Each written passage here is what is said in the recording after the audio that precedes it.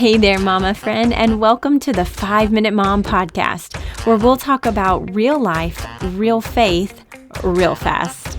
For today's show notes or to get free Monday Mom devotionals, visit audrahaney.com. Today I want to talk about Christmas, and I want to say the awkward thing that hardly anyone ever admits. So my husband teases me that sometimes I'm the main character in the beginning of a Hallmark movie because the truth is Christmas can feel tough sometimes. The holidays, I believe, can bring on a lot of physical, emotional, financial, and spiritual stress. And while everyone's singing that it's the most wonderful time of the year, you may be going through the motions. Christmas can remind us of loss, brokenness, and just how much our lives don't look like those idealistic movies we have on repeat. So here's a few reminders to help you celebrate with a genuine heart and move into the new year feeling healthy. So the first thing is just drop the unrealistic expectations. This is the time of year when we want everything to look, taste, and work out perfectly. We want our children to act perfectly. We want our lives to be as sparkly as tinsel. And you're going to be tempted to do it all and make every single moment magical. And if you can't, you'll want to load heaps of guilt on yourself. Trying to measure up to some unrealistic standard won't be healthy for you or enjoyable for your family.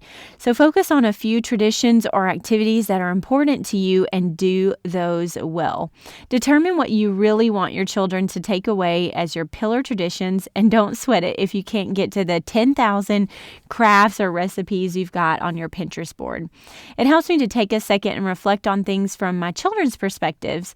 They probably won't remember if my Christmas cookies came out perfect or if I got the Christmas cards out in time, but they probably will remember the moments that we laughed, did things together, sang silly carols, made time for the things that truly were meaningful, and all of the things that pointed us to Jesus. The second thing is don't neglect your wellness routines.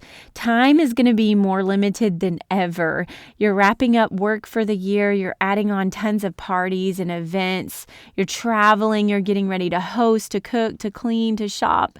It's going to be really tempting to skip the gym, ditch your diet, stay up too late, and stop spending time with God. I think that's why most of our New Year's resolutions are wellness goals. We're sick and tired when the end of the year comes.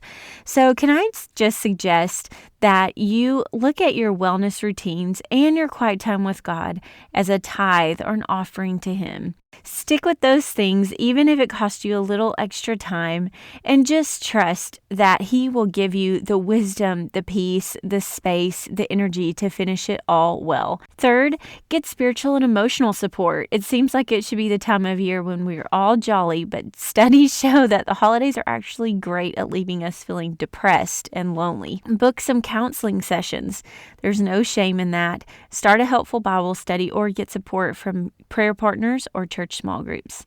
Having loving support and people you can be vulnerable with during Christmas will help you remember truth, stay connected, and finish the year strong. And fourth, let's really remember why we are celebrating.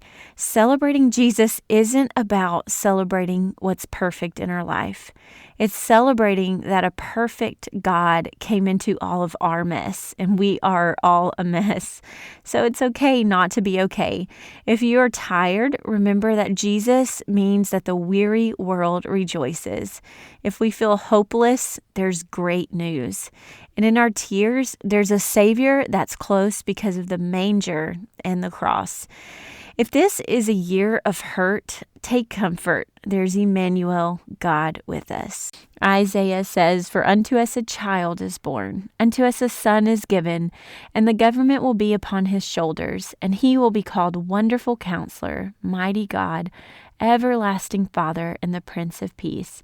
That's what Christmas is all about, even if this year feels hard. So that's the end of our 5 minutes. Please tune in again soon. If you want to learn more about me or sign up for the podcast newsletter or get a free devotional, visit audrahaney.com. And if you enjoyed this, would you please leave a quick review? Reviews are so important for podcasters, and it helps more moms find us, and it would be a great blessing.